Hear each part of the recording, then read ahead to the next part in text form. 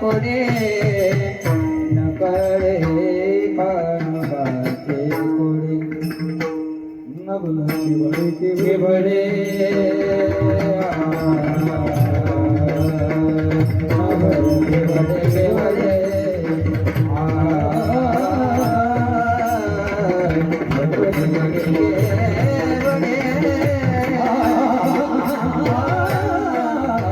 नबलती बडे के बडे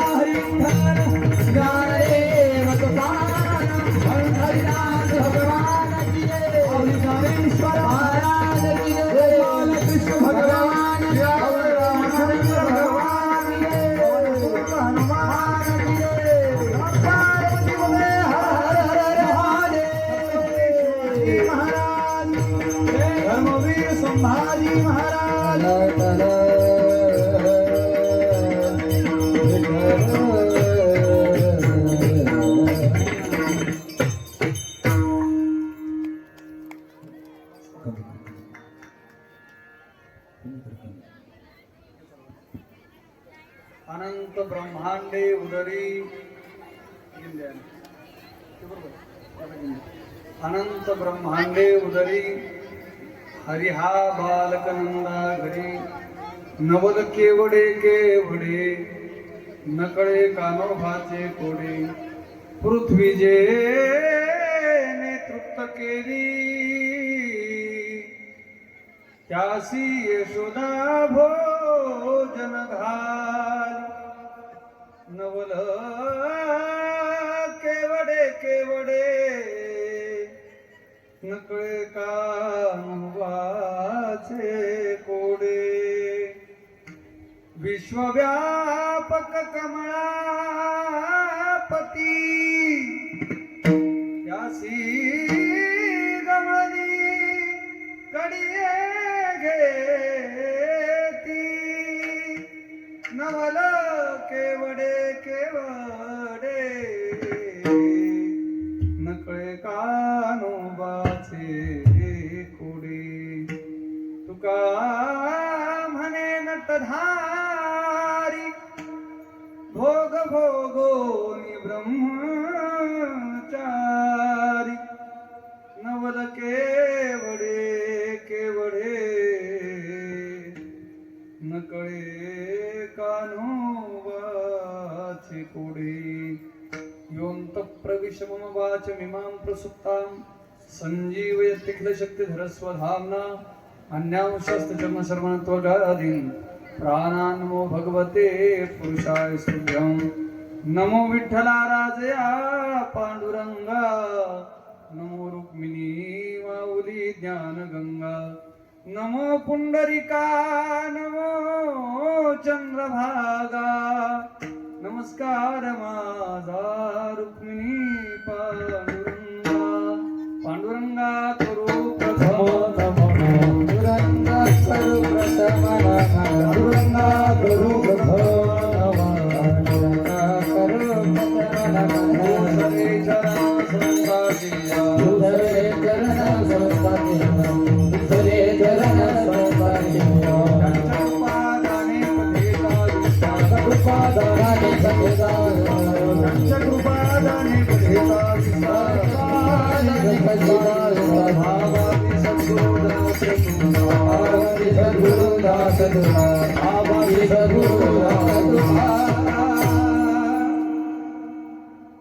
कलावज्ञ ज्योधरार्थावतारं कलांकांकते ज्योतिकामोदिवक्त्रं खलानीशवादापनोदारदक्षं समाधिस्थमूर्तिं भजे ज्ञानदेवम् ओम नमो ज्ञानेश्वरा करुणाकरा दया तुमचा अनुग्रह लाधलो पावन झालो चराचरी मी कळा कुसरी काहीच नेने बोलतो वचने अतिभाविका एका जनार्दनी तुमचा दास त्याची आस पुरवावी तुमचा अनुग्रह लाधलो पावन झालो चराचरी माता रामो मत्पिता रामचंद्र स्वामी रामो मत्सखा रामचंद्र सर्वस्वं मे रामचंद्रो दयालु नान्यं जाने नैव जाने न जाने वंशी विभूषित करान्नवनीर्यदाभा पीतांबराधरुण बिंब फलाधरोष्टा पूर्णेन्दु सुंदर मुखाधरविंद नेत्रा कृष्णात् परं किमपि तत्त्वमहं न जाने अतुलित बलधामं हेमशैलावदेहं धनुजवन कृशानं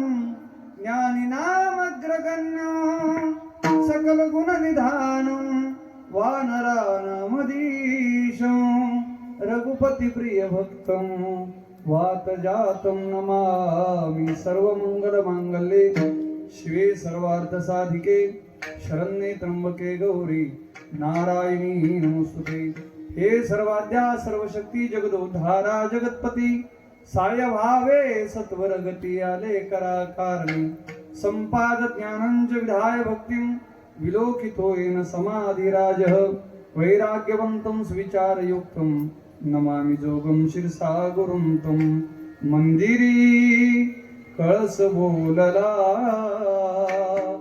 शेगावी मंदिरा शेगावीच्या भूमीवरती संत गजान योगी हेसी समाधी ऋषपंचमीला गहीवर लागा भारा गहीवर लागा भारा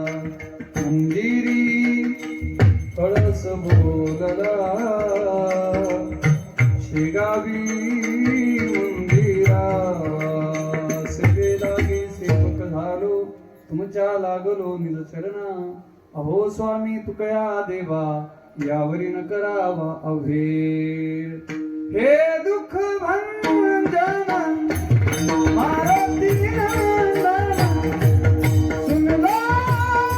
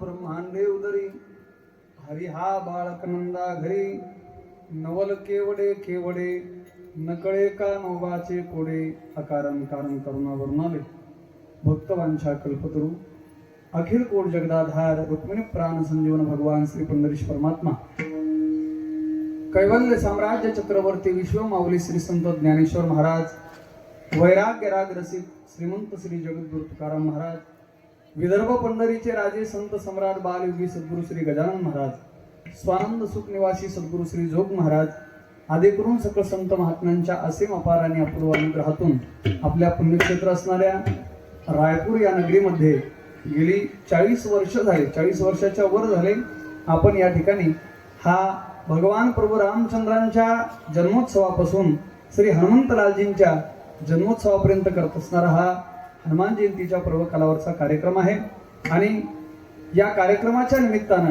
या ठिकाणी संगीत श्रीमद भागवत कथा पूजनीय आमचे श्री विजय महाराज गोळी यांच्या मुखारविंदातून आपण श्रवण केले फार मोठ्या मोठ्या वक्त्यांची या ठिकाणी कीर्तन झालेली आहेत आणि आजच्या या आपल्या काल्याच्या कीर्तनानं या कार्यक्रमाची सांगता अर्थात समारोप होणार आहे काल्याचं कीर्तन म्हणजे सांगतीचं कीर्तन आहे काल्याचं कीर्तन म्हणजे परिसमाप्तीचं कीर्तन आहे काल्याचं कीर्तन झालं की कार्यक्रम संपला नाही कार्यक्रम थांबला कार्यक्रम संपत नसतो कार्यक्रमाचं उद्यापन होत नसतं हा कार्यक्रम या वर्षी पुरता थांबला पुढच्या वर्षी आणखीन जोमानं आणखीन आनंदानं आणखीन उल्हासानं आणखीन त्या ठिकाणी आणखीन भर देऊन आपण कार्यक्रमाला सहभागी होत असतो अर्थात आजचा हा कार्यक्रम काल्याच्या कीर्तनानं या ठिकाणी थांबणार आहे तुमच्या सर्व मायबापांचं दर्शन श्री हनुमंतलालजींचं दर्शन आणि काल्याच्या कीर्तनाच्या माध्यमातून मला ज्यांनी घडवलं परम आदरणीय श्रद्धेय माझ्यावर बंधुवत प्रेम करणारे आपल्या भागाचं वैभव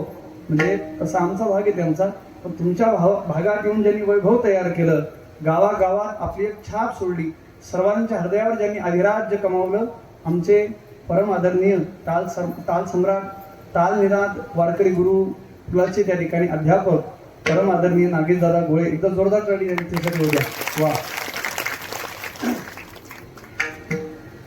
इतकं सुंदर महाराजांचं वाजवण आहे तुम्ही तर 8 दिवस झाले ऐकून आहात आम्हाला कधी नव्हत ऐकायला भेटतं काल्याच्या कीर्तनाच्या माध्यमातून तर असं वाटतं की त्यांचं ऐकत राहा पण त्यांचं जर ऐकायला गेलो तर तुम्ही आम्हाला काही देणार नाही त्याच्यामुळे आम्हाला आमची सोय करून ठेवणं याच्यासाठी काही बोलणार आहे फार सुंदर कार्यक्रम आहे तुमच्या कार्यक्रमाला दीट लागू नये असा कार्यक्रम आहे दीटच लागेल माझ्यासारख्या माणसाला तर दीटच लागेल इतका सुंदर कार्यक्रम आहे दादा वाजवायला आहेत आमचे ज्ञानेश्वर दादा गाडेकर या ठिकाणी गायन करण्यासाठी आहे दादांचं नाव गरकळ महाराज या ठिकाणी गायन साथीला आहेत तालनिनाद वारकरी शिक्षण संस्थेचे सगळे विद्यार्थी आहेत आपले फिनेकरी बाबा आहेत सुंदर साऊंड सिस्टीम आहेत ज्येष्ठ श्रेष्ठ पुरुष मंडळी बसलेत माता माऊल्या भरपूर प्रमाणामध्ये आहे आणि तुमच्या कार्यक्रमाचं वैभव सांगू का काय कार्यक्रमाचं वैभव या आजीच्या मांडीवर बाळ आहे का नाही या लहान मुलापासून ते म्हाताऱ्या माणसापर्यंत सगळे गावातले मंडळी कार्यक्रमात हजर आहेत. हे कार्यक्रमाचं वैभव आहे. विठ्ठला विठ्ठला विठ्ठला विठ्ठला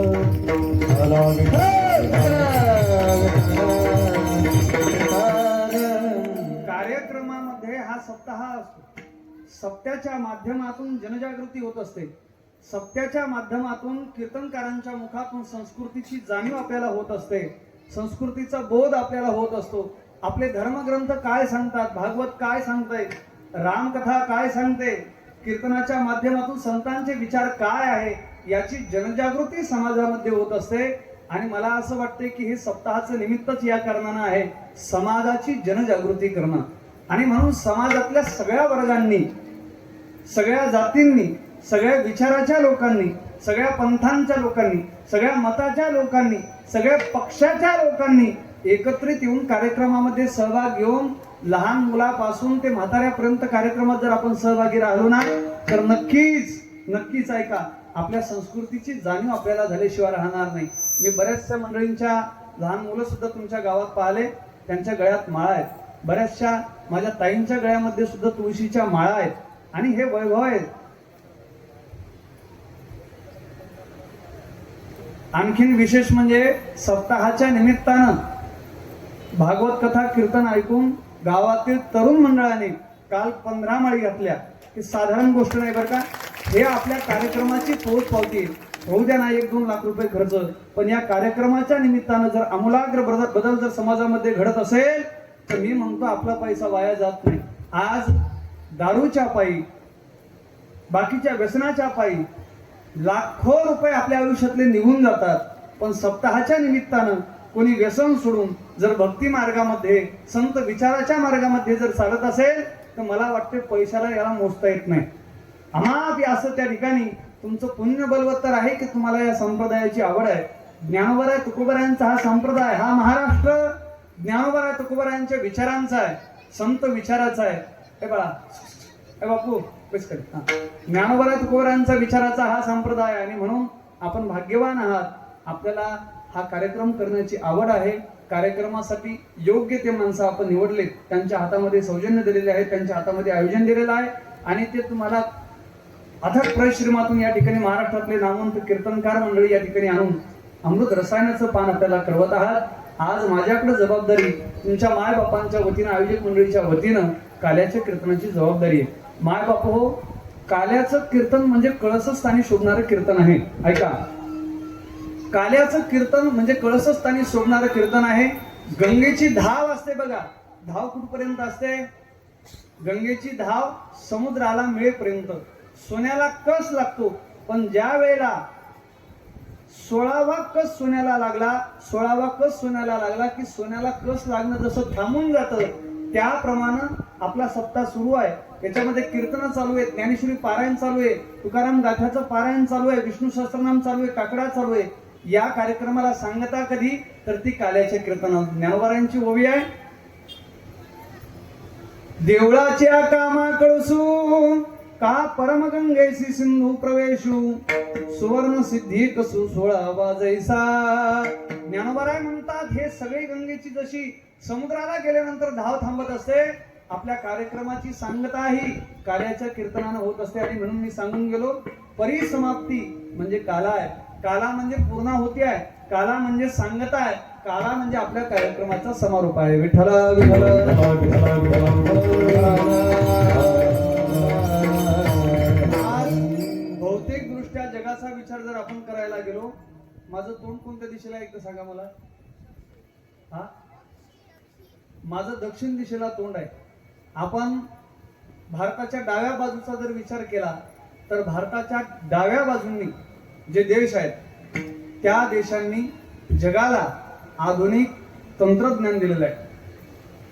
भारताच्या डाव्या बाजूचे देश आहेत, या देशांनी जगाला आधुनिक तंत्रज्ञान दिलेलं आहे.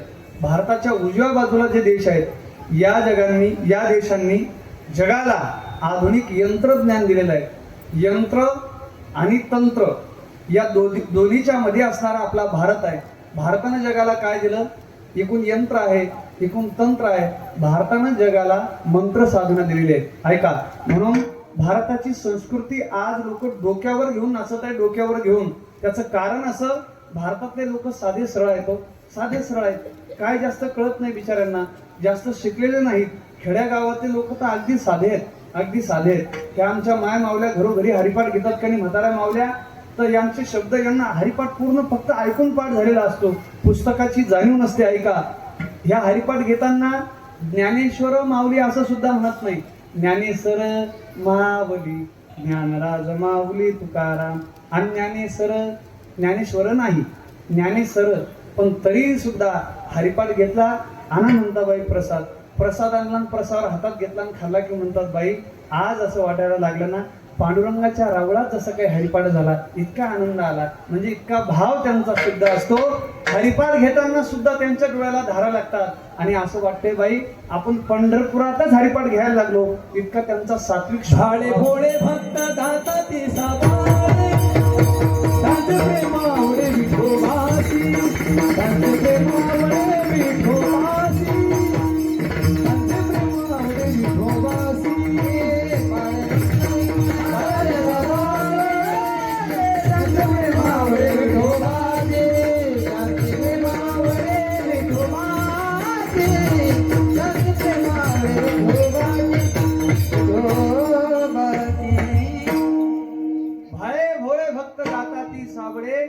त्यांचे प्रेम आवडे विठोबासी. आणि खरं सांगू का तुम्हाला, आज आपल्या भारताची परंपरा अशी आहे मायबाप, आज जगाचा जर विचार केला तर जगामध्ये युद्ध पेटलंय. युक्रेन आणि रशिया 2 वर्षापासून युद्ध चालू आहे. किती? 2 वर्षापासून युद्ध चालू आहे युक्रेन आणि रशियाचं. आता 1 महिन्यापूर्वी अमेरिका, इस्रायल आणि इराणचं युद्ध सुरू झालेलं आहे. सध्याच आपल्याला आपल्या घरात त्याचा आणि जाणीव भासायला लागली की युद्धामुळे गॅस भेटेनाच झाले लोकांना. पेट्रोल डिझेल तसं भारतात नाही महाग झालं. नवीन 8 दिवस लोकांना घरात नेऊन ठेवलं, काय वाटलं संपतंय काय कमी. अरे तुमचं एक टाकीभर किती दिवस चालणार आहे, एकदा संपलं की सगळ्यांचंच संपणार आहे. पण लोकांना समजायला लागलं की युद्धामुळे काय परिस्थिती झाली. हे खरं सांगू का तुम्हाला, मागे एक बिमारी आली होती. कोणती? कोरोना नावाची बिमारी आली होती. त्या कोरोना नावाच्या बिमारीमध्ये भारतातले लोक साधे हो, याला काय माहिती, डिस्टन्स ठेवा, अजून ते काय म्हणतात ते अंतर ठेवा, सोशल डिस्टन्स ठेवा, 2 गज की दुरी, मास्क है जरुरी. असं या लोकांना नाही कळतो. आपल्या लोकांना खेटायची सवय आहे, खेटायची. आणि अशा लोकांना सोशल डिस्टन्सिंग काय माहित. तुम्हाला खरं सांगू, आपल्या लोकांना ते मास्क घालायला सांगितलं होतं सरकारनं, मास्क. तर बायाला मिळत बसण्यात त्याला काय म्हणतात, बाया म्हणायच्या, कागद माझं मुस्क कुठे गेलं, मुस्क. त्यांना वाटलं बैलाला जसं घालतात का नाही मुस्क, तसं आपल्याला सुद्धा मुस्क असेल, मुस्क. मुस्के घातले होते, पण ते मुस्क बी घालायचं का नाही मास्क. ऐका, तर कुणी कसं घालायचं आणि कुणी कसं. कोणी काही आमच्या गावात असे काही माणसं होते, काही डोक्याला असं घातलं वरून, त्यांना वाटलं ऊन लागू नाही म्हणून दिलं काय करून सरकारनं. काही असं डोळ्यावरच बांधू लागले, काही असं इकून, काही असं तोंडाच्या खाली. इतके साधे भोळे लोक. पण सगळ्यात कमी डेथ कोरोनाच्या काळात जर झाले असतील तर ते भारतात.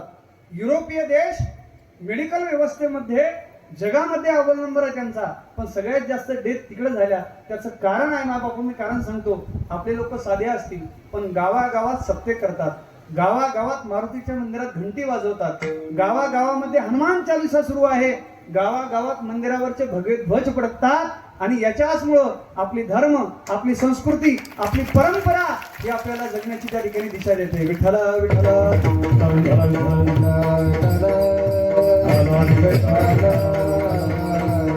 आणि म्हणून कोरोना काळासारख्या महान बिमारीतून आपण बाहेर आलो. राम मंदिर आपल्याला पाहायला मिळालं, आपलं नशीब आहे. ऐका, राम मंदिर 500 वर्षाच्या इतिहासात झालं नाही, राम मंदिर आपल्याला पाहायला मिळालं. आणि आज जगामध्ये युद्ध सुरू असताना आपण दणक्यात आपल्या रायपूर नगरीमध्ये सप्ताह साजरा करतो. ही आपल्या त्या ठिकाणी धार्मिकतेची पुण्य आहे, आपल्या वाडवडिलांची पुण्य आहे. आणि आज आपल्या या कार्यक्रमाची सांगता काल्याच्या कीर्तनानं होणार आहे. त्यासाठी जगद्गुरु तुकोबारायांचा 5 चरणाचा काला या प्रकरणातील अभंग मी सेवेसाठी निवडलेला. इकडे तिकडे पाहू नका, माझ्याकडे पहा स्टेटमध्ये. म्हणजे मला कीर्तन करायला सोपं जाईल. कोण आलं कोण गेलं, हवा किती फॅनची कूलरची, असं काही टेन्शन घेऊ नका. ऐका, विठ्ठल विठ्ठल. 5 चरणाचा जगद्गुरु तुकोबारायांचा काला या प्रकरणातील अभंग आहे. या अभंगामधून जगद्गुरु तुकोबाराय भगवान परमात्म्याचं नवल सांगतात. भगवान परमात्म्याचे कोडं सांगतात. पहा, कोडं असं असते, ऐकायचं, सोडवायचं, जास्त डोकं त्यात घालायचं नाही. काही काही लोक कोड्यात गेले आणि कोडे झाले. हा, कोड्यात गेले आणि कोडे झाले आणि ते सैलानी लिहून सरके करणं आले. त्याच्यामुळं जास्त कोड्यात डोकं नाही घालायचं. मी सांगतो तुम्हाला, रामाचं चरित्र सरळ आहे, रामाचं चरित्र आचरणीय आहे, पण भगवान श्रीकृष्णाचं चरित्र आचरणीय नाही. तिथे विचार करायला गेलो माणूस तर माणसाची बुद्धी भ्रमिष्ट होऊन जाईल. 16,108 बायका, एका बायकोला 10 मुलं, एक मुलगी. आता कसा परिवार राहत असेल? आपल्या घरात आपली एकच असती, तिला तेल आहे तर शॅम्पू नाही, शॅम्पू आहे तर पावडर नाही, पावडर नाही तर क्रीम नाही. आपल्या एका बायकोची परिस्थिती 16,108 बायकोंचा कसं खात असेल? 7 दिवस भगवान श्रीकृष्णांनी करंगाळीवर गोवर्धन 7 कोसाचा कसा उचलला असेल? याच्यात असं तर्क लावायचा नाही. चरित्र ऐकायचं आणि ऐकून त्या ठिकाणी आनंद घ्यायचा.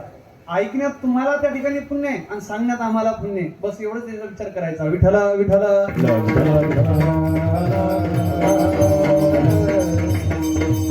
सामान्यतः आपल्या बुद्धीनं पाहिलेलं, बुद्धीला झेपणारं, याच्या व्यतिरिक्त काही घडलं की माणूस म्हणतो नवल घडलं, आश्चर्य घडलं. काय नवल सांगतात महाराज भगवान परमात्म्याचं? जगद्गुरु तुकोबाराय म्हणतात त्या देवाचं नवल ऐकायचं का तुम्हाला? पहिल्या चरणातलं नवल महाराज सांगतात. अनंत ब्रह्मांडे उदरी, अनंत ब्रह्मांडे उदरी, अनंत ब्रह्मांडे उदरी, अनंत ब्रह्मांडे उदरी, अनंत ब्रह्मांडे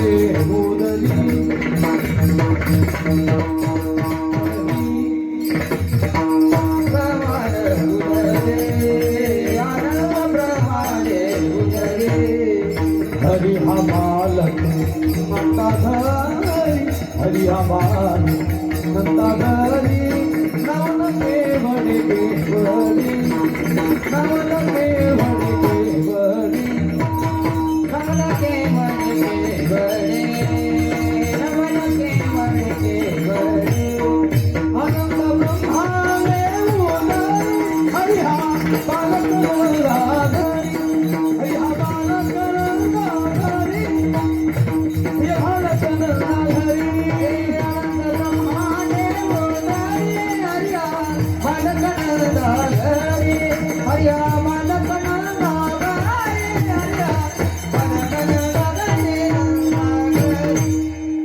पहिलं देवाचं नवल सांगतात की भगवान परमात्म्याच्या अनंत ब्रह्मांड काय उदरात आहे. मला सांगा, तुम्हाला ब्रह्मांड म्हणजे काय माहित आहे का? येत आहे कशाला म्हणतात ब्रह्मांड? एका कीर्तनात विचारलं की पोरग म्हणे जसं कोंबडीचं अंडा असतंय का नाही, तसं त्याच्यापेक्षा थोडस मोठं ब्रह्मांड आहे. हा, ब्रह्मांड केवढं असते तुम्हाला सांगतो मी, ऐका. ब्रह्मांड तुम्हाला ऐकायचं ना, लक्ष देऊन ऐका. ब्रह्मांड केवढं असतं? तुम्ही फिरायला जा पृथ्वीवर, तुमचं आयुष्य संपल पण पृथ्वी संपणार नाही. याला म्हणतात मृत्यूलोक. काय म्हणतात याला? मृत्यूलोक म्हणतात. या मृत्यूलोकासारखे 7 पाताळ खाली आहेत. अतळ, वितळ, तळातळ, रसातळ, महातळ आणि पाताळ, असे 7 पाताळ खाली आहेत. या मृत्यूलोकाच्या वरी 7 स्वर्ग आहेत. भूलोक, भुवरलोक, महरलोक, जनलोक, तपोलोक आणि सत्यलोक. आता तुम्ही म्हणसाल की का जसे आपण इथं सगळे राहतो, किती आयुष्य जाते तरी पृथ्वी संपत नाही, असेच लोक खाली ना असेच लोक वरी आहेत. मग याच्यात लोक सजीव सृष्टी आहे का? आत्ता काही वैज्ञानिकांनी शोध लावला. चंद्रावर ते गेलं, आपलं एक चंद्रयान पाठवलं होतं दक्षिण ध्रुवावर भारताचं. तिथं गेले, तिथं त्यांना असं माहीत पडलं की तिथं जमीन आहे आणि जमिनीवर त्यांना पाणी सुद्धा सापडलं. तिथं प्लॉटची खरेदी चालू आहे आणि दोघांनी मिळून एक घेतला. 2-3 खाली आहे शेजारी, ज्यांना लागत असेल तर पैसे आम्ही त्याचा होतो तर, आणि पैसे द्या आधी म्हणजे मग तुमची बुकिंग होईल. ऐका, वैज्ञानिकांनी असा शोध लावला की तिथेही सुद्धा चंद्रावर सजीव सृष्टी असण्याची शक्यता आहे. सजीव सृष्टी असण्याची शक्यता अजून तिथपर्यंत ते पोहोचले नाही. तर हे 7 पाताळ आणि 7 स्वर्ग याच्या मिळून होतो एक ब्रह्मांड. काय होतं? एक ब्रह्मांड. एका ब्रह्मांडाचा एक ब्रह्मदेव, एक विष्णू, एक शंकर, एक अग्निदेव, एक वायुदेव, एक चंद्र, एक सूर्य, एक आदि माया शक्ती. हे एका ब्रह्मांडाचं झालं. हे कशात झालं? एका ब्रह्मांडाचं झालं. आणि असे अनंत ब्रह्मांड ज्याच्या पोटात राहतात, पोटात, त्याला भगवान परमात्मा म्हणतात. मी तुम्हाला उदाहरणासहित आणि पटवून देतो, ऐका. आपल्याकडे उंबराचं झाड आहे, पाहिलं सगळ्यांनी. त्या उंबराच्या झाडाला एक उंबर असतो, छोटंसं फळ असते ते. त्याच्यात एखादा किडा जन्माला येतो. त्याच्यात त्याला आपण पाहिलं चुचुकणे असतात. त्याच्यात एखादा किडा जन्माला येतो आणि त्याचं आयुष्य काय 10-15 दिवसाचं जे काय असेल ते तितके दिवस तो जगतो. ते पूर्ण उंबरात असा फिरत असतो आणि तेवढं उंबर फिरता फिरता म्हणतो, बाप रे, केवढं उंबराचं फळ आहे. काय म्हणतो, केवढं उंबराचं फळ आहे आणि मी सगळं उंबराचं हे सगळं पाहिलं काय नाही हे, असं म्हणत म्हणत त्याचं आयुष्य संपून जातं. ते सगळं उंबराचं फळ त्याच्याकडून फिरणं होत नाही, त्याचा त्याच्यातच मृत्यू होऊन जातो. तुकोबरायांचं प्रमाण आहे, ऐका. त्या उंबराचं आयुष्य त्या उंबराच्या फळात निर्माण झालं, त्याच्यातच संपलं. त्याला उंबर पूर्ण किती मोठा आहे याचा आकार कळता आला नाही आणि शेवटी त्यानं विचार केला की खूप मोठं उंबराचं फळ आहे, त्याच्यात त्याचा जीव चालला गेला, त्याचं आयुष्य संपलं. तसं तुम्ही आपण ते किड्यासारखे आहोत. ते किड्यासारखे आपण फिरतो. आता फिरून फिरून कोणी किती फिरेल असेल, किती फिरेल असेल, लय फिरेल नाही ना, नाही दवाखान्यात नाही लागेल. फिरून फिरून कोणी किती फिरेल असेल, 1 राज्य 2 राज्य, बरं जाऊ द्या, 1-2-3 देश फिरले असतील. ओळख असून असून किती असेल तुमची. आता आम्ही सगळं भारत फिरलो, किती फिरेल असेल. पण भारत फिरलो म्हणजे पूर्ण भारत पायाखाली घातला असं आहे का, नाही. माणसाचं आयुष्य संपून जातं, पृथ्वी संपत नाही. माणसाला असं वाटतं की एवढंच जगत आहे, एवढंच जगत. ऐका, मग मला सांगा, ते उंबराचं फळ आहे, असे उंबराचे फळ किती आहेत त्या झाडावर. बरं, उंबराचे फळ नाही, उंबराचे झाडं किती आहेत आपल्या पृथ्वीवर. तेच उदाहरण लागू होतं इथं.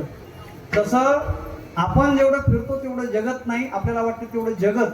अशी जगत म्हणजे अशी फळं किती आहेत आणि अशी झाडं किती आहेत, असे अनंत ब्रह्मांड त्या भगवान परमात्म्याच्या उदरामध्ये राहतात. एकदा असं झालं, ब्रह्मदेवाकडे काम कोणतं आहे,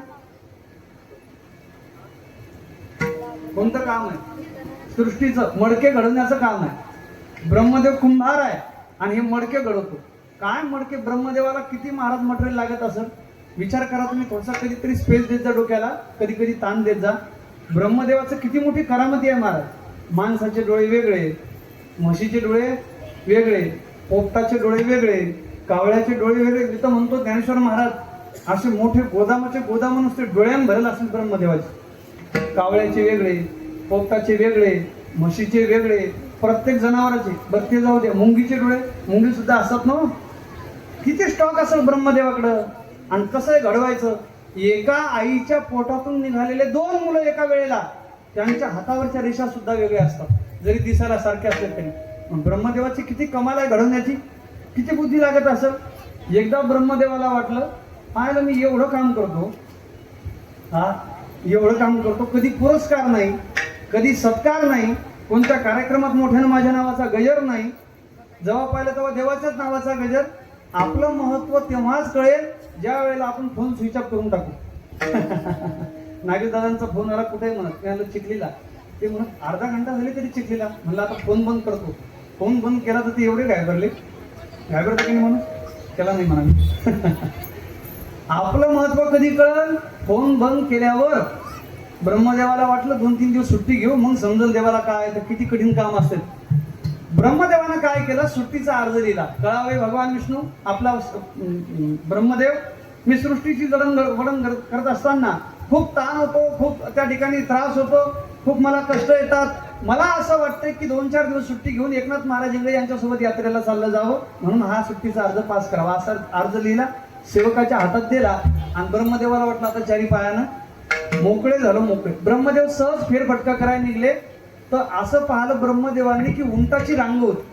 काय होती, उंटाची रांग होती आणि त्या उंटाच्या पाठीवर पेट्या होत्या दोन्हीकडून. काय होत्या, पेट्या होत्या, पेट्या. ब्रह्मदेवानं विचार केला की ही उंटाची रांग सुरू कुठून झाली, शेवट कुठे आहे काही कळत नाही. आणि त्या सगळ्या उंटाला एकच बाई हाणत होती, सगळ्या उंटांना एकच बाई हाणत होती. ब्रह्मदेवानं विचार केला, म्हणे माय हे तर आपल्या इथतले नाही, कंपनीतलं मॉडेल नाही, कुठून तयार झाला असं.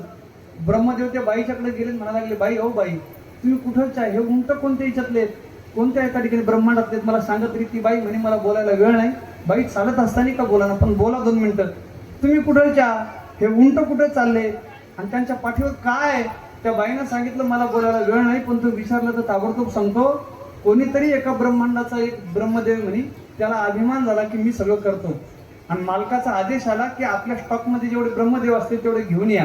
त्या बाईनं एका उंटावर चढली, एक असं ते पेटी होती का नाही, तिचं तोंड असं उघडं करून असं दाखवलं तर 4 तोंडाचे सगळे ब्रह्मदेव तिच्यात बसले होते. अशी उंटाची रांग होती. ते उंट कुठून सुरू झाले आणि कुठं शेवट त्यांचा झाला हे त्या ब्रह्मदेवाला सुद्धा कळलं नाही. इतके ब्रह्मदेव त्या उंटाच्या पाठीवर पेटाऱ्यात होते, पेटाऱ्यात. मग मला सांगा, तो भगवान परमात्मा ज्याच्या उदरामध्ये अनंत ब्रह्मांड आहेत, केवढा मोठा देव असेल, केवढा मोठा देव. पण तुकोबाराय म्हणतात ते देवाचं नवल ऐकायचं का तुम्हाला? एवढा मोठा देव की ज्याच्या उदरामध्ये अनंत ब्रह्मांड आहेत, नवल ऐकायचं असेल तर तो भगवान परमात्मा म्हणतात. तुकोबाराय म्हणतात, हरे हा बालक नंदा घरी. एवढा मोठा असणारा भगवान परमात्मा, पण नंदाच्या घरी त्या ठिकाणी यशोदा त्याला उखाळाला काय बांधते, त्याला जेवू काय घालते, त्याला त्या ठिकाणी आंघोळ काय घालते, त्याचा कान काय धरते, त्याच्यावर काठी काय उगारते. एवढा मोठा असणारा देव, पण भगवान परमात्मा लहान झाला. हे परमात्म्याचं नवल आहे. विठ्ठल विठ्ठल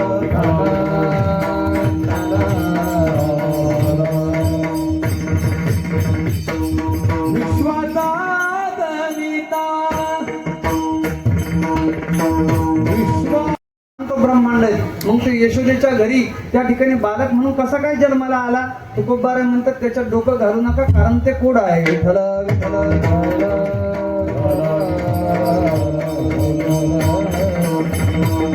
तुकोबाराय देवाचं आणखीन एक नवल सांगतात 3ऱ्या चरणामध्ये, पृथ्वीजनी.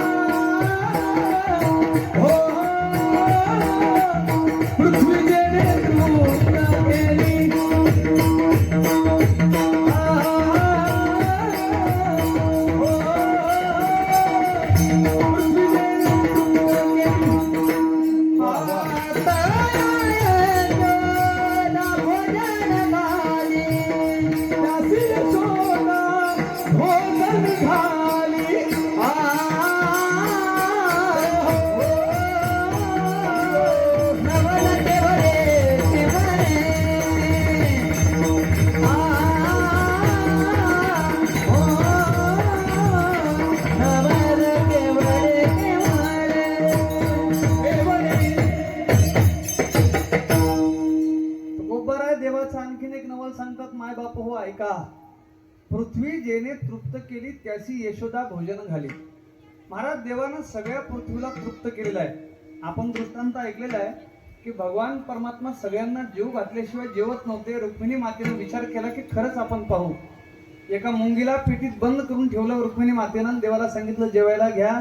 भगवान परमात्मा जेवायला बसले. रुक्मिणी माता म्हणते, का हो तुम्ही तर म्हटले होते की मी सगळे जेवल्याशिवाय जेवत नाही. एक जण जेवला नाही ना. म्हणजे कोण आहे? पेटी आणली, ती छोटीशी उघडली तर त्याच्यात असं लक्षात आलं की ती पेटी बंद करत असताना रुक्मिणी मातेच्या डोक्याचा तांदूळ त्याच्यात पडला होता. भगवान परमात्मा सगळ्यांना त्या ठिकाणी जीव घालतो, तृप्त करतो. मला सांगा माता माऊलींनो, तुम्ही माझ्या समोर बसलेले आहात. ज्या वेळेस तुमचा मुलगा तुमच्या उदरातून बाहेर येतो, तुम्ही सरकारच्याकडे अर्ज केला होता का की माझा मुलगा उद्या त्याला त्या ठिकाणी दात राहणार नाही, त्याच्या दुधाची व्यवस्था करा म्हणून? पण मुलगा जन्माला येण्याच्या अगोदर आईच्या वक्षस्थळामध्ये दुधाची निर्मिती करणारा माझा पांडुरंग परमात्मा आहे. महाराज, नुसत्याच मातृवर्गाच्या नाही, समस्त भूमंडलामध्ये, समस्त जातीमध्ये, पशु पक्षी प्राण्यामध्ये जेवढ्या काही माता आहेत, आपल्या मुलाला जन्म दिल्यानंतर आपोआप त्यांच्या वक्षस्थळामध्ये दुधाची निर्मिती होते. कारण त्यांना दूध पाजणारा, मुलाला दूध पाजणारा हा भगवान परमात्मा. होसी तो जगासी एक गातो, होसी तो जगासी एक गातो, होसी तो जगासी एक गातो,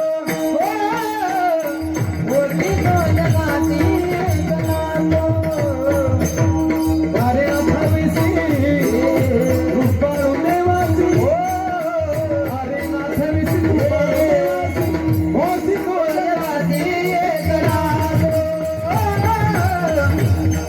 जगाची वा. पोषितो जगासी एकला तो.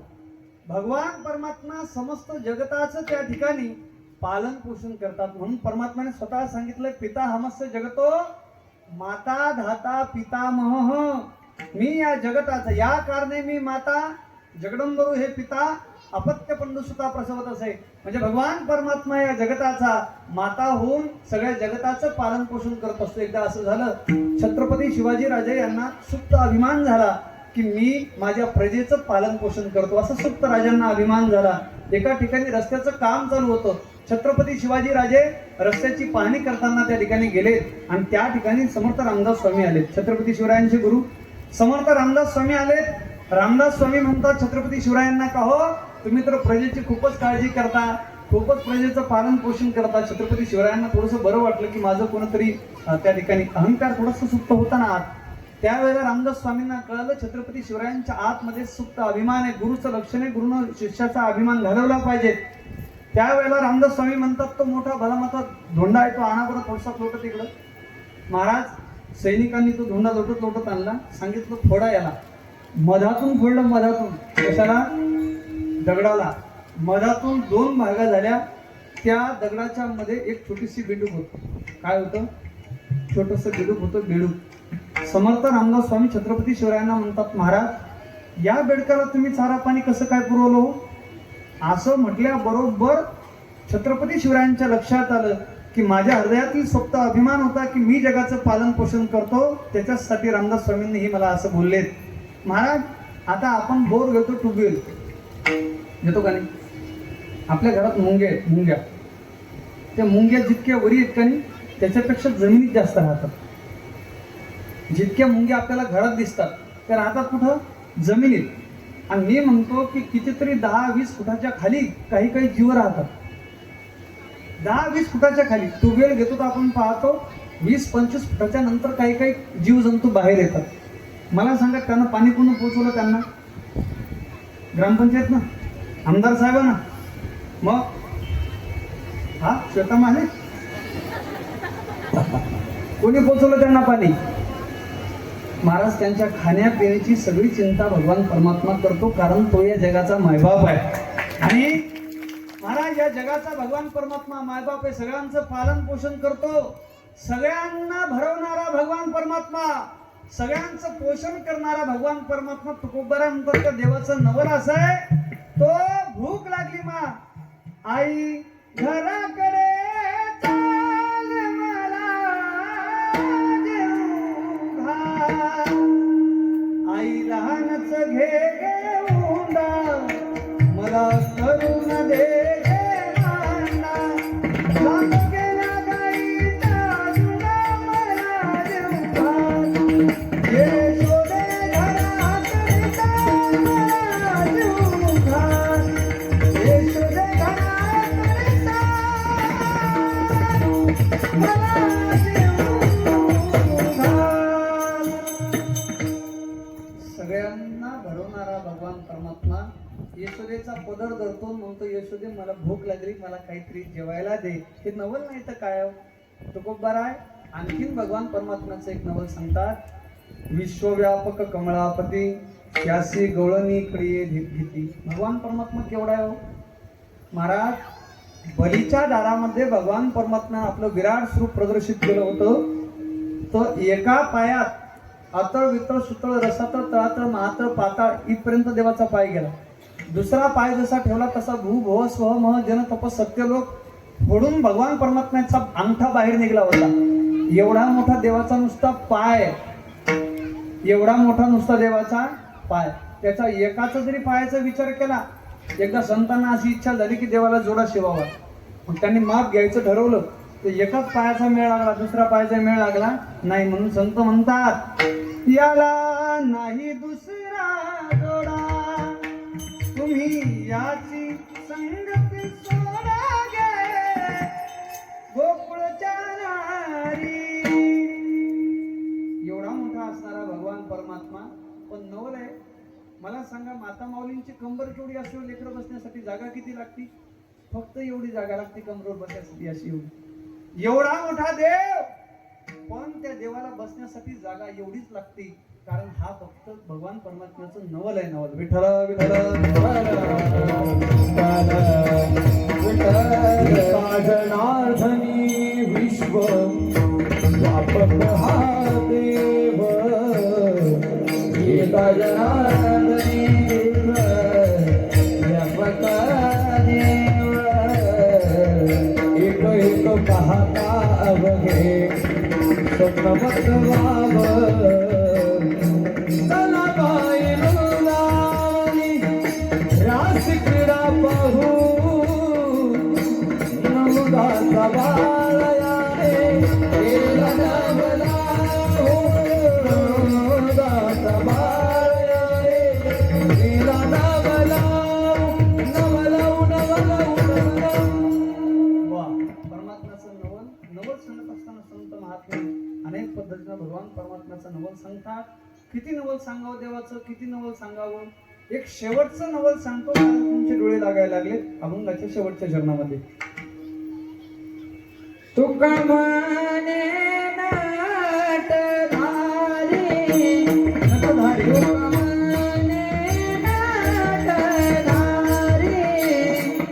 तुका म्हणे नाटधारी, म्हणे नाटधारी, हे भोग भगुनी ब्रह्मचारी, भोग भगुनी ब्रह्मचारी, नवल केवळे भोळे, नवल केवळे केवळे, नकले कान्होबाचे कोडे, कोवळे, वा वा कोवळे, कोवळे, कोवळे,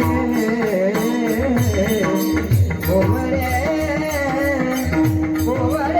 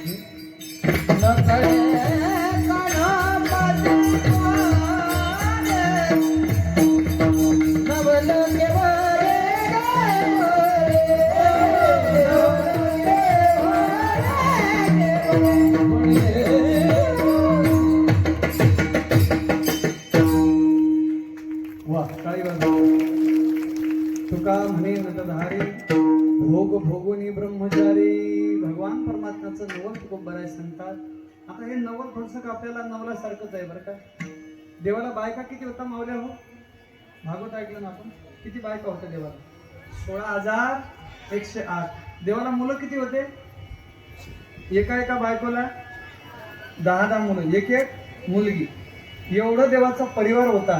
पण त्या देवाचं नवल सांगतात तुकोबर आहे म्हणतात. एवढा मोठा परिवार, एवढ्या बायका देवाला, आणि तो देव ब्रह्मचारी होता. काय होता देव? ब्रह्मचारी. दादा तुमचं लग्न झालं ज्ञानेश्वर महाराज? आता उद्या ज्ञानेश्वर महाराजांचं लग्न झालेलं आहे. किती मुलं आहेत तुम्हाला? 2 मुलं आहेत त्यांना, 2 हातात ते. उद्या त्यांनी जाहीर केलं तुमच्या गावात.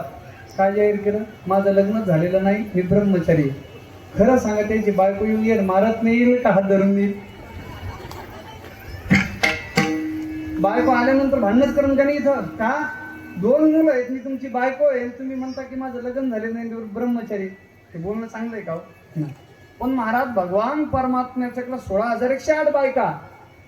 पण तुकोबर आहे म्हणतात त्याचं नवल असं आहे की तो भगवान परमात्मा ब्रह्मचारी. तुका म्हणे नटधारी भोगुनी ब्रह्मचारी. कारण त्याचं असं आहे की भगवान परमात्मा हा निर्गुण, निराकार, निरअवयव, निर्विशेष, निर्गुण स्वरूपाचा आहे. आणि जे काही भगवान परमात्म्यानं रूप धरलेले हे सगळे सोंग आहे. घरी येले सोंगे, अवघी येणे पांडुरंगे. परमात्म्याने हे सोंग धरलेलं आहे. आणि परमात्म्याचं शरीर हे माया काढीत असल्यामुळं परमात्मा म्हणतात माझ्या निर्गुण स्वरूपाला कसल्याही प्रकारची बाधा नाही. निर्गुण स्वरूप हे ब्रह्मचारी व्रताचं आहे. अर्थात मी ब्रह्मचारी आहे असं परमात्म्याचं नवल आहे. असं नवल सांगणारा त्या ठिकाणी मी अभंग आज सेवेकरता निवडलेला आहे. अभंग थोडक्यात आटोपला, हे सुद्धा एक नवलच आहे. आणि आपल्याला आता काल्याचं चिंतन मांडायचंय. त्या अगोदर सगळ्यांनी एकदा जोरदार भजन करायचं आहे. विठोबा रखुमाई, विठोबा रखुमाई, विठोबा रखुमाई, विठोबा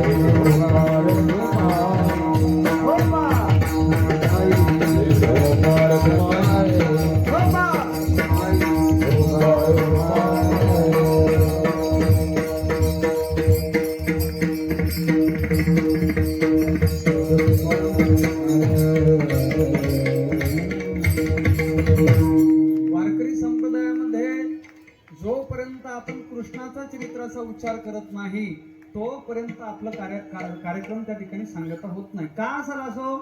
तर परमात्म्याचे अनेक अवतार आहेत.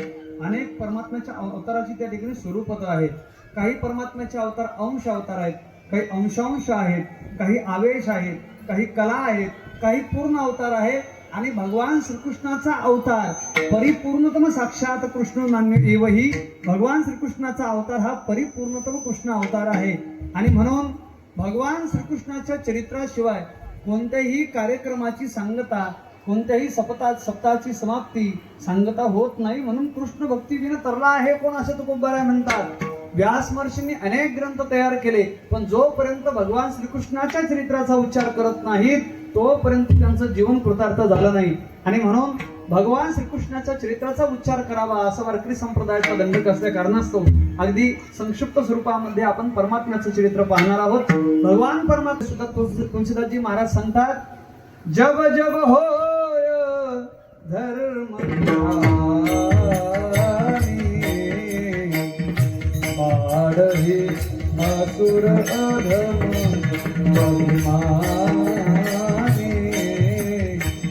तब तब प्रभु धरी विविध शरीरा हरहि दयानिधि सज्जन पीडा श्री मंगल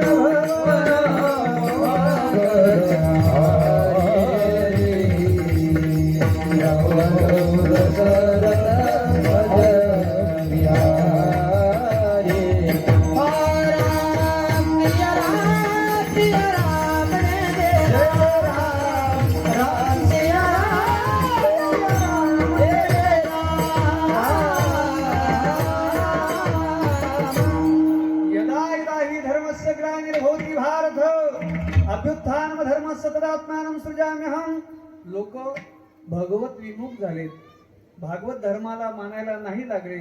हिंदू धर्म त्या ठिकाणी विखरायला लागला. सनातन वैदिक हिंदू धर्माला त्या ठिकाणी दूर चाललेत लोक. ऐका, भगवत कथा बंद पडल्या, कथा कीर्तन बंद पडले, मंदिरातील कार्यक्रम बंद पडले की मग असुर लोकांचा सुळसुळाट होतो आणि अशा लोकांचा भूमीला भार होत असतो. मग त्यावेळेला पृथ्वी मातेला ओझं झाल्यानंतर पृथ्वी देवांना आराधना करते, विनंती करते. सगळे देव पृथ्वीच्या त्या ठिकाणी आणि सोबतीला येतात, भगवंताला विनंती करतात की जो या जगाचा पालनहार आहे. भगवान परमात्म्याला विनंती केल्यानंतर महाराज द्वापार युगामध्ये भगवंतांना आश्वासन दिलं आकाशवाणीच्या मार्गे की चिंता करू नका, देविकेच्या गर्भा येईल भगवान, रक्षील ब्राह्मण गायी भक्त. आता माहिती का सध्या एक अभियान चालू झालेलं आहे, गो सन्मान अभियान.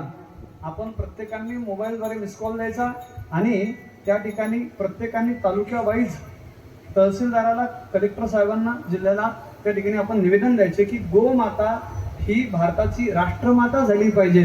त्याच्यासाठी आपण सगळ्यांनी प्रयत्न केले पाहिजेत. मला सांगा, ज्यांच्या घरी गायी आहेत त्यांनीच टाळी वाजवल्या, बरोबर आहे ना? सगळ्यांच्या घरी गायी आहेत, ज्यांच्या घरी नसतील त्यांनी सुद्धा टाळी वाजवा. गो माता, मी सांगू का तुम्हाला, गायीचा एकच गुण सांगतो. गायीच्या अंगावरून हात फिरवले की रोग जातात, ही ठीक आहे.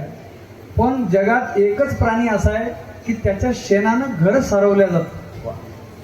त्याच्या शेणानं घर सारवलं जातं. गायीच्या शेणानं घर सारवल्यानंतर लोक म्हणतात लक्ष्मी, असं जसं काही लक्ष्मी नांदायला येते असं घर त्या ठिकाणी आपलं होतं. इतकी पवित्र गोमाता आहे. अनेक रोग गोमातेच्या त्या ठिकाणी गोमूत्रापासून, गो अर्कापासून, त्या ठिकाणी दही दूध. काही लोक म्हणत असतील आम्ही आहे ना आमच्या घरी गाय, लय दूध देते ती. कोणती?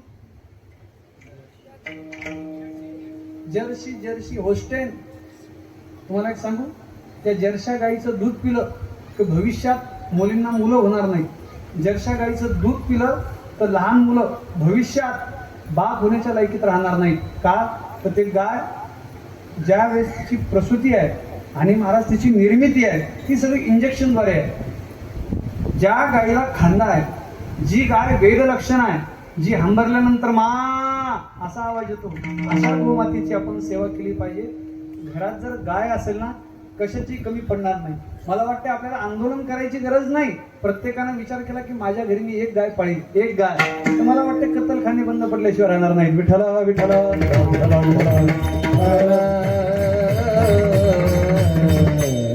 एक मिनिटात किती जणांच्या घरी गाई येतात हातवर करा बरं. मागचे मागचे तुम्ही मंडपातले, हा वा वा वा, म्हणजे 50% संख्या आहे. आणि मला वाटतं कीर्तन ऐकल्यानंतर याचा परिणाम जर घ्यायचा असेल तर गाय पाळा. बस माखाली करा, एक एक गाय कमीत कमी पाळा, एक एक गाय पाळा. हो, खरंच पाळा. भगवान परमात्मा गायीला त्रास व्हायला लागला, यज्ञ वैदिक कर्म कथा कीर्तन बंद पडले की परमात्मा अवतार घेणार असं जाहीर झालं. भगवंतानं त्या ठिकाणी आकाशवाणीद्वारे सांगितलं की मी देवकीच्या गर्भाला येईल 8वा पुत्र. देवकीचं लग्न वसुदेवासोबत ठरलेलं होतं. त्या ठिकाणी लग्नाचा महोत्सव आहे. आकाशवाणी झाली, कंसा अरे हिच्या पोटचाच 8वा मारणार आहे रा. कंसानं खडग उचललं, मारायला धावला. वसुदेवानं सांगितलं तसं करू नको, आम्हाला बंदी शाळेत टाक, प्रत्येक पुत्र आणून दे. 6 पुत्र मारले, 7वा गळून गेला असा भ्रम झाला. आणि 8व्यानं भगवान श्रीकृष्ण परमात्मा येणार. बुधवारचा दिवस आहे, अष्टमी तिथी आहे, श्रावण महिना आहे, रोहिणी नक्षत्र आहे. आणि त्या ठिकाणी लख प्रकाश पडला, सगळे रक्षपाळ झोपी गेले. आणि भगवान परमात्मा 8 वर्षाची अयोनी संघ भगवान परमात्मा वसुदेव देवकी समोर त्या ठिकाणी प्रकट झालेले आहेत. हरी विठ्ठल.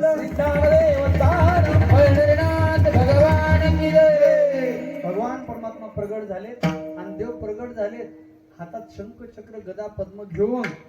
महाराज हे देवाच्या हातातले आपण थोडस विचार केला पाहिजे तो. हा महाराज देव प्रगट झालेत आणि प्रगट होऊन भगवान परमात्म्यानं सांगितलं, बोलायला लागले. लहान मुलगा बोलतो का, पण देवानं बोलायला लागले, मला नंदाच्या घरी घेऊन जा. तिथं नंदाच्या घरी घेऊन गेले. परमात्म्यानं महाराज 6व्या दिवशीपासूनच राक्षस मारायला सुरुवात केली. काय म्हणतो मी, 6व्या दिवशीपासूनच राक्षस मारायला सुरुवात केली. आपले पोरं आहेत काही माता मावल्यांना हात जोडून विनंती, तुम्ही जास्त व्रत, जास्त उपवास, एकादशी धरता, सोमवार धरता, गुरुवार धरता, संतोषी. त्या आजी उठवा बरं, झोपल्या त्या. झोपलं नाही कोणी, सहज टेस्टिंग करून पाहिजे, टेस्टर लावून पाहिजे, झोपले नाही पाहिजे याच्यासाठी. ऐका ऐका ऐका, इतके उपवास, इतके व्रत करतात नागेश दादा बाया की बायाला व्रत करू करू खालतं व्रत होतंय. एवढे व्रत करतात. मी सांगतो उपवास करू नका, मी स्पष्ट सांगतो. फक्त एकादशी धरा. काय करा? एकादशी धरा. कारण तुमच्या पोटी येणारी संतान दुहेरी हड्डीची जन्माला आली पाहिजे. आई खाई सशक्त होईल तर मुलगा सशक्त होईल. आईच उपवास करू करू अशक्त झाली तर मुलं सुद्धा अशक्त राहतील. आज पोरं पॅन्टी घालतात तर असं वाटतं की लाकडात पॅन्ट घातला काय करणार. असे पोराच्या हालती झाल्या.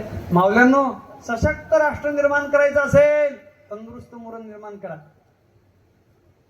हो, आणि तंदुरुस्त बुद्धीनं तंदुरुस्त झाले पाहिजे. त्याच्यासाठी गाईचं दूध पाजा मुलाला. ऐका, तंदुरुस्त भगवान परमात्माने इतके तंदुरुस्त होते, 6व्या दिवशीच पुतना मारली. एवढंच नाही, कागासूर, अघासूर, बकासूर, रिठासूर, कागा बघा रिठा मारली बाळपणी.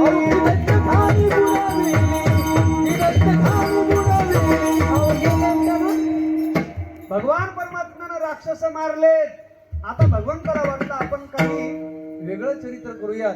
त्यावेळेस भगवान परमात्म्यानं समस्त गोपिकांना त्या ठिकाणी आनंद देण्यासाठी, ऐका, मी जास्त टाइम घेत नाही, सगळ्या गोपिकांना आनंद देण्यासाठी भगवान परमात्म्याने महाराज सगळ्या गोपिकांच्या घरी जाण्यासाठी एक निमित्त केलं. काय निमित्त केलं? तर भगवान परमात्म्याने निमित्त केलं दही दूध लोणी चोरण्याचं. देवाच्या घरी गायी किती होत्या? भागवत ऐकलं मावल्या. इकडं पहा, तुम्हाला जर वाटत पाहिजे तुम्ही थांबा, इकडं पहा. हा, गायी किती होत्या देवाच्या घरी? महाराजांनी प्रमाण दिलं 9 लाख. आणि त्याला प्रमाण सुद्धा आहे. आई तुझा एकुलता एक गायी राखीतो 9 लाख. पण महाराज, माझं स्पष्ट म्हणणं आहे, महाराज देवाच्या घरी गायी 9 लाख नव्हत्या. देवानं असं नाही म्हटलं तिथं की माझ्या घरी आहेत 9 लाख, राखीतो असं म्हटलं. देवाच्या घरी गायी होते 1 कोटी. किती आजी? 1 कोटी गायी होत्या. आणि त्याच्यातल्या 9 लाख बावंडळ होत्या, म्हणजे मार्कंड्या होत्या. आणि त्या सगळ्या बावंडळ गायी बोलण्याचं काम देवाकडे होतं. म्हणून देवानं सांगितलं त्याच्यातले ज्या बंड गायी आहेत ना, त्या सगळ्या मी राखीतो 9 लाख. म्हणजे 1 कोटी ज्याच्या घरी गायी आहेत त्याच्यातल्या अर्ध्याचं दूध देत असतील. बरोबर आहे ना? अर्ध्या. बरं, जाऊ एक हिस्सा. मग 25 लाख गायी जर देवाच्या घरी दूध देत होत्या तर देवाच्या घरी दह्या दुधाची काही कमी होती का? मग देवाला चोरी करायची काय गरज होती? काही लोक म्हणतात तुमच्या देवानं चोरी केली. महाराज म्हणतात देवानं चोरी दह्या दुधाची नाही हो, चित्त चोरी येले नंदाच्या आनंदाने. परमात्म्यानं चित्ताची चोरी केली. आणि ऐका, देवानं विचार केला की आपल्याला चोरी करायची असेल किंवा कोणतंही काम करायचं असेल तर भगवान परमात्म्यानं विचार केला की या कलियुगामध्ये सगळ्यात जास्त ताकद कशात आहे? कशात? ताकद कशात आहे? तेरे पुढे कलियुगात ताकद कशात आहे? AK-47 बंदूक, रायफल. मग छान गोडपूर आहे तो. देवामध्ये ताकद म्हणतो. वा, ऐका, सध्या ताकद कलियुगात सांगू कशात आहे? ताकद आहे संघटनेत. कशात ताकद आहे? संघ शक्ती कलियुगे. या युगामध्ये संघटना जर असेल, तुमचं एकत्रीकरण असेल तर एकत्रीकरणासारखी ताकद दुसरी कशात नाही. एकत्रीकरण असं असावं, जात पात ना धर्म मानिला, जगला माणूस किंवा सगळ्यांना एकत्रित करून छत्रपती शिवरायांनी जी हिंदवी स्वराज्याची संस्थापना केली त्याचप्रमाणे आपण सुद्धा जात पात पंथ भेद मत विचार पक्ष याचं वेगळं जाऊन धर्माच्या नावाखाली एकत्रित आलो पाहिजेत. या वारकरी संप्रदायाच्या भगव्या पताकाखाली एकत्रित आलो पाहिजे. हीच आपली ताकद आहे. विठ्ठल विठ्ठल.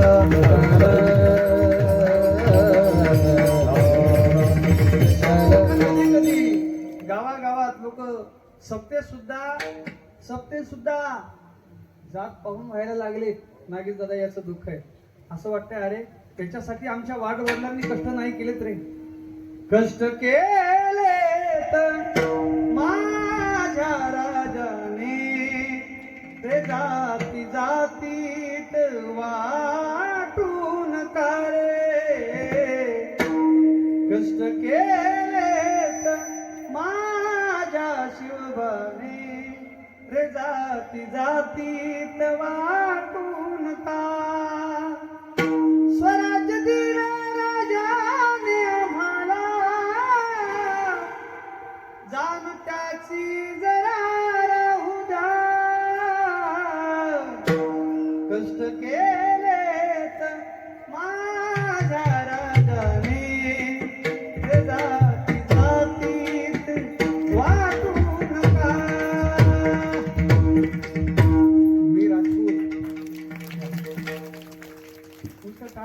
आमच्याकडे पैसे बी देतात लोक याच्यासोबत. ऐका, मी सिंधी, मी गुजराती, मी राजपूत, मी मराठा, मी माळी, मी चांभार, मी नाभी, हे सगळे मी कुंभार, हे सगळे भेद भेटून टाका. मी वारकरी, मी पांडुरंगाचा सेवक, माझ्या गळ्यात माळ, माझा मंत्र रामकृष्ण हरी आणि मी ज्ञानोबा तुकोबारायांचा विचाराचा, ही जाणीव ज्यावेळेस महाराष्ट्रात येईल, खऱ्या अर्थानं महाराष्ट्र घडल्याशिवाय राहणार नाही. माझा खऱ्या अर्थानं महाराष्ट्र घडल्याशिवाय राहणार नाही. आजही सांगू का तुम्हाला, आपण महाराष्ट्रात राहतो.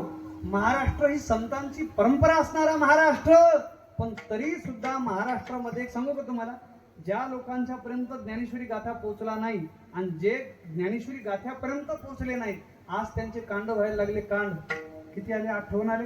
विठ्ठल विठ्ठल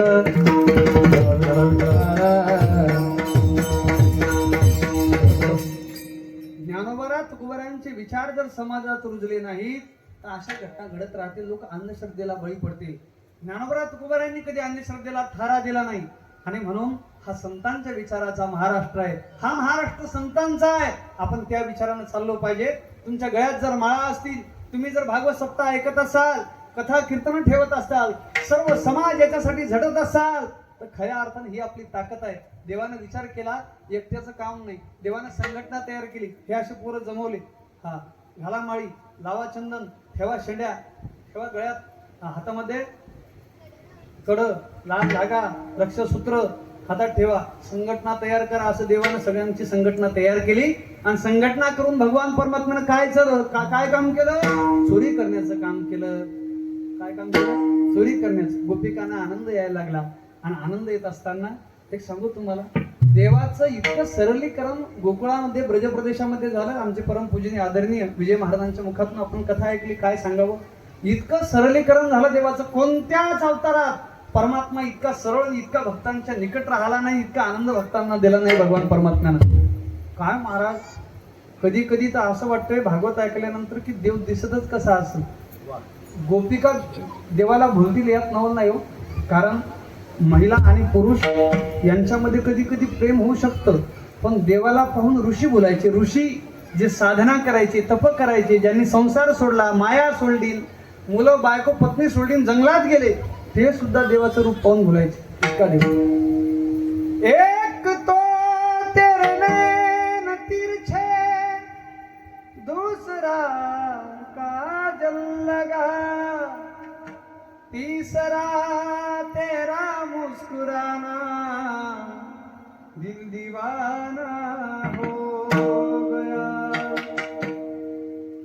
सावरी सूरत पे मोहन, दिल दीवाना हो गया.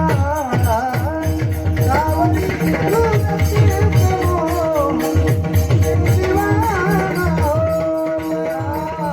सावरी सूरत दिल दीवाना हो गया.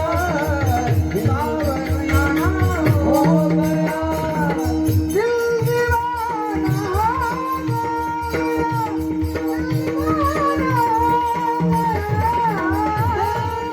दीवाना हो गया. सावरी सूरत पे मोहन, दिल दीवाना हो गया. सावरी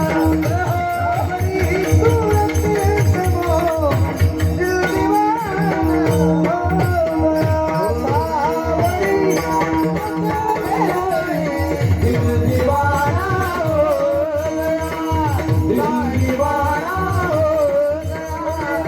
दिल दीवाना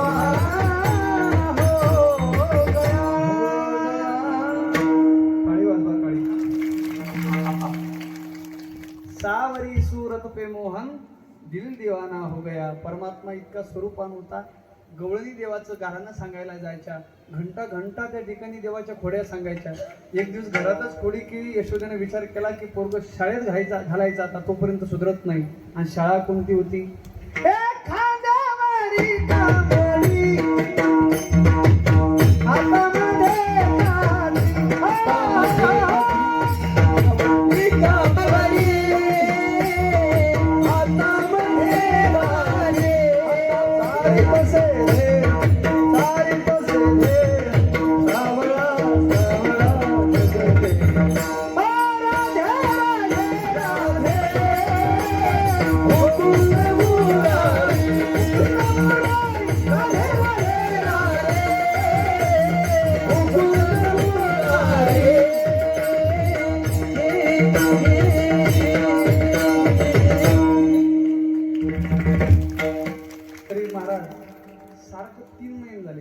एक दिवस खाली नाही.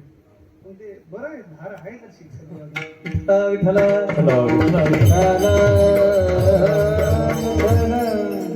भगवान परमात्मा गायी घेऊन गेले. गायी चारत असताना देवाने विचार केला की काहीतरी खेळ खेळले पाहिजेत. आता खेळ खेळायचे म्हटल्यावर किती टाइम जाईल हो. खेळ खेळत असताना पोरग जेवायला आई म्हणते बाबू लवकर ये. पोराला ध्यानच राहत नाही खेळायचं खेळण्यात. मला असं वाटतंय आपण जर खेळ खेळण्यात गुंतलो तर तुमचं जेवण राहून जाईल. याच्यामुळे फक्त खेळ कोणते होते एवढं सांगतो, खेळ खेळत बसत नाही. खेळ कोणते होते? हे अबक दुबक तिबक बोळा हे दारू बक दुबक तिबक बोळा तिबक खेळ मांडू. हे दारू बोळा खेळ वेटी दारू हे विटी दारू बोळा खेळ विटी दारू. अबक दुबक तिबक बोळा खेळ खेळ मांडू. अबक दुबक तिबक बोळा खेळ खेळ मांडू. हे अबक बोळा हमामा बोळा हमामा बक बोळा हमामा दिवाली हमामा. खेळ मांडला लगोरी हा खेळ मांडला लगोरी हा खेळ मांडला लगोरी हो खेळ मांडला इति हरिहरा पैसती करी खेळ मांडला लगोरी खेळ मांडला लगोरी हो खेळ मांडला लगोरी. विटी दांडू, चेंडू, लगोरी, विटी दांडू, चेंडू, लगोरी, नानापरी अशा अनेक प्रकारचे खेळ खेळले भगवान परमात्म्यानं. डाबक डुबली हा अशा अनेक खेळ खेळले. आणि पूर्वीच्या काळी असे खेळ होते माय बापा हो ऐका, तुमच्या पोराला माहिती आहे का ते खेळ काय माहित नाही. त्यातला फक्त आता चेंडू फळी माहिती आहे, क्रिकेट ते पाहायला. तर सांगू तुम्हाला, क्रिकेट खेळणारे जेवढे काही प्लेयर आहेत तुम्ही सगळे पाहिजे, एकाची बी ढेरी बाहेर आलेली नाही. का? त्या खेळामध्ये शरीर तंदुरुस्त होतं शरीर. आणि आता ते खेळ गेले. आता कोणते खेळ चालू आहे सांग रे? फ्री फायर, अजून पबजी, अजून हा लुडो, अजून सापशिडी, कॅरम. आता हे खेळ मोबाईलातले. यानं काय होतं माहितीये का? या खेळांनी मुलं मानसिक विकलांग व्हायला लागले. मानसिक विकलांग. गाडी आली किंवा कुत्र्यानं जरी पाय ओढत चालवला तरी मुलांना कळत नाही. पूर्वीच्या काळात डाबक डुबली खेळत असताना पोरांचे हात मोडायचे, पण लगेच पोरगा उठून पळायचा आणि पुन्हा झाडावर चढायचा. तो का खेळायचा तो डाबक डुबलीचा? ते कुरघोडी, विटी दांडू, चेंडू, लगोरी, नानापरी याच्यामध्ये मुलं असे सशक्त व्हायचे. मला असं वाटतं फक्त आता आखाड्यामध्ये खेळ राहिले मल्लविद्येचे, ते खांबावर चढणं. बाकी सगळे खेळ आपले सगळे मोडीत काढले. भगवान परमात्म्याने खेळ खेळत असताना गोपाळ म्हणायला लागले, कृष्णा अरे आता कमीत कमी 10 वाजून 35 मिनिटं झाले, त्याच्यामुळं आता डाव मोडावा परता. आता कृष्णा भुका लागलेले आहेत. परमात्म्यानं सगळ्यांच्या घरचे सदर एकत्रित केला. एका बाजूला कंबरीला शृंगी खोवली, एका बाजूला वेणू खोवला. भगवान परमात्मा सर्वांच्या मध्ये आहे. परमात्म्यानं 5ही बोटा अशा अंगुलीमध्ये प्रत्येकाच्या घरचं आणलेलं लोणचं परमात्म्यानं त्या ठिकाणी ठेवलेलं आहे. हा लोणचं ठेवलेलं आहे. आणि सगळ्यांचा काला देवानं एकत्रित केला, सगळ्यांच्या घरचा. आता कोणाचा कसा काला, कोणाचा कसा काला, हा कोणाचा बेसन भाकरीचा काला, तर कोणाचा भरिताचा काला, तर कोणाचा दुधा भाताचा त्या ठिकाणी दूध भाकरीचा काला. आता काले पण देवाच्या घरचा काला कोणता होता माहिती का? लोणी होतं देवाच्या घरचं लोणी. देव म्हणले की गळा माझा आहे तसं पाय, पण तुकाराम महाराज म्हणले नाही देवा, कानोबा तुझी भोंगडी चांगली आम्हासी साधी वाटली रे. कोणी भोंगडी चांगली आम्हासी साधी वाटली रे. देवाची भोंगडी म्हणजे देवाचं शरीर चांगलं आहे असं म्हणतात. 125 वर्षाच्या कालावधीमध्ये भगवान श्रीकृष्णाच्या देवाच्या ओठावर मिशी सुद्धा आली नाही. मिशी सुद्धा. आणि आमची मिशी सुद्धा काळी राहून नाही राहिली, काळी ती सुद्धा पांढरी व्हायला लागली. देव इतका सुंदर होता आणि देवाची इतकी घोंगडी चांगली आहे. आपली 9 ठिकाणी फाटलेली आहे आणि एकाही छिद्रातून असा काही सुगंध येत नाही. तुम्ही गुलाबजाम दररोज खा, पण असं बोट करा घाणाची घाण. महाराज आपली फाटलेली 9 ठिकाणी देवाचं संपूर्ण शरीर चैतन्यमय आहे. तुकाराम महाराजांनी समजावलं आणि देव मुखे बसले. देवांनी काला घेतला आणि तो काला सगळ्यांच्या मुखामध्ये घातला. लहान लहान गोपाळ समोर बसवलेले होते. महाराज त्या प्रसंगाचं वर्णन शुकदेव महाराज भागवतामध्ये करत आहेत. बिभ्रद वेणुम जठरपटयोः शृंगवेत्रेच कक्षे वामे पानमसृण कवलं तत्फलान्यं बुदिषुः तिष्ठन् मध्ये स्वप्रिसृदो हासयन् नर्मभिस्वये स्वर्गे लोके मिश्के भूभुजे यज्ञ भोगबाल केली पुंडलिक वरदा हरि विठ्ठल कृष्ण भगवान. जो काला भगवान परमात्म्याने गोपाळांच्या संगतीत केला तोच काला पंढरपूरला चंद्रभागेच्या वाळवंटामध्ये ज्ञानोबा तुकोबारायांसारख्या संतांनी चंद्रभागेच्या वाळवंटामध्ये केला. तोच काला आपल्या विदर्भामध्ये समर्थ सद्गुरू श्री गजानन महाराजांच्या कृपेने आला आणि तोच काला वारकरी संप्रदायाच्या नियमाखाली गावागावामध्ये होत आहे. आज त्याच काल्याचा प्रसाद आपल्याला या काल्याच्या कीर्तनाच्या माध्यमातून सगळ्यांना प्रसाद मिळणार आहे. आपण काल्याचा अभंग म्हणूया. या ठिकाणी आलो, अत्यंत आनंद वाटला. वरून ऊन तापत आहे, गरमी आहे, कूलरची व्यवस्था, आयोजन एकदम सुंदर आहे, साऊंड सिस्टीम सुंदर आहे. टाळकरी गायनाचार्य आमचे नागेश दादा, नियोजन अत्यंत सुंदर आहे. विदर्भ वारकरी सेवा युट्यूब चॅनल या ठिकाणी आहे. दादांची सुद्धा सुंदर सेवा आहे. या ठिकाणी महिलांना बसण्यासाठी जागा नाही. काही काही मावल्या इकडे दुंडकल्या अशा, म्हणजे महाराज बी दिसले पाहिजेत आणि कीर्तन सुद्धा ऐकलं गेलं पाहिजेत. असं लांबपर्यंत लोक बसलेले आहेत. तुमच्या हृदयामध्ये श्री हनुमंतरायांच्या बद्दल आपुलकी आहे. आणि आज सांगू तुम्हाला, भक्तराज हनुमानजींचा आजचा जन्मोत्सव आहे. सकाळी सूर्योदयाच्या वेळेला श्री हनुमंतलालजी अंजनी मातेच्या उदरी आणि अंजनेय पर्वतावर त्या ठिकाणी प्रगट झालेले आहेत. बोल बजरंग बली की जय. हनुमंतराय. आणि एक सांगू तुम्हाला, हनुमंतरायाची सेवा करा माय बाप हो. कारण 7 चिरंजीवामध्ये हनुमंतराय चिरंजीव आहेत. जिथं जिथं कथा होईल, जिथं जिथं कीर्तन होतील, तिथं हनुमंतराय कोणत्या ना कोणत्या रूपामध्ये त्या ठिकाणी भेट देतील. कलियुगामध्ये गोस्वामी तुलसीदासजी महाराजांना सुद्धा हनुमंतरायांनी दर्शन दिलेलं आहे. आजही तुम्ही हनुमंतरायाची भक्ती करा. आज आपण एक तुम्हाला पॉप्युलर उदाहरण सांगतो.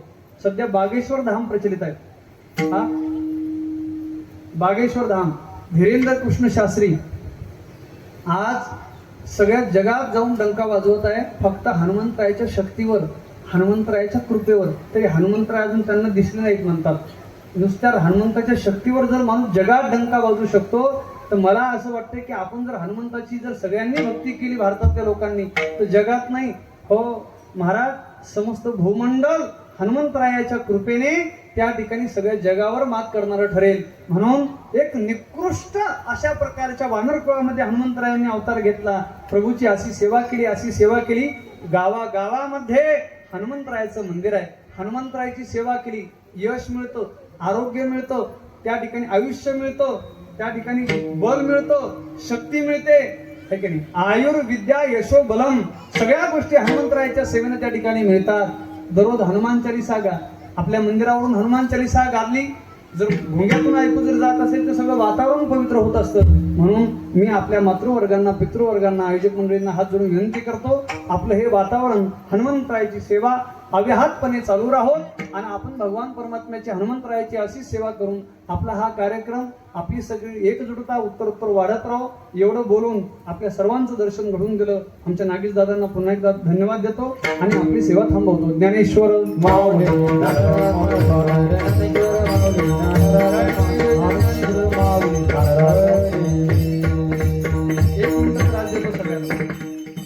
एक भजन करताना फक्त हो म्हणा ना, येत नाही म्हणा, हो म्हणा ना. चला हात वर करा मग सगळेजण. मागचे बापू, हा माझं लक्ष आहे तुमच्यावर. हा ते वटेवरचे, तुमच्या पुढचे. हा जमलं. श्रीराम जय जय राम, श्रीराम जय जय राम. सर्वजण म्हणा श्रीराम जय राम. बापू हात वर घ्या.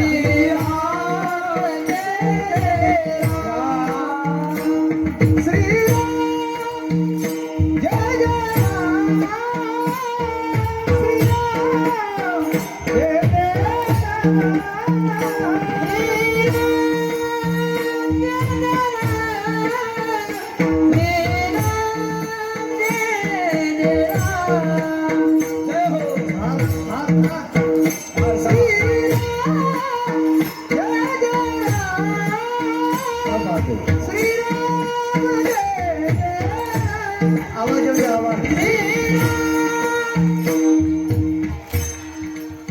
म्हणा म्हणा श्रीराम. आवाज हात खाली घ्या. मी म्हणतो माझ्या मध्ये म्हणतो श्रीराम जय जय राम श्रीराम जय जय राम श्री